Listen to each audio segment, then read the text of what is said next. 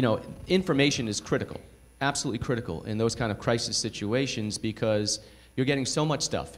Some of it false, some of it is rapidly changing, and unless you have real good information, you can't make an intelligent decision on what to do. So that was important that the communication in the field and our commissioners in the Emergency Operations Center were getting us the right information so we can make those decisions. But just touring around Westchester and seeing the absolute damage, we were lucky. We didn't have a lot of flooding along our coastal areas, but we did have a lot of wind damage, a lot of trees down, a lot of lines down, poles down. And then trying to coordinate and deal with a public who was in a blackout situation for anywhere from 3 to 12 days. That was very difficult because they wanted me to climb poles and put back wires, and I don't do that. But they were looking at us saying, well, why is my power not back on? And so we're dealing with New York Electrical and Gas and Con Ed.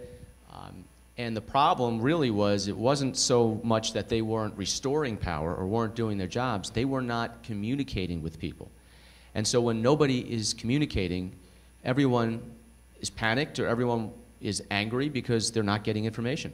So one of the things that we worked on with the president CEOs of both companies was they needed real-time information to the public and to us, and they also needed these liaisons who work from Con Ed and NYSEG in each community. They have to empower them to actually make decisions. Because you'd have trees down with wires down, roads blocked, and DPW crews locally ready, standing, doing nothing, which is infuriating to people when they see a truck there and nobody doing anything.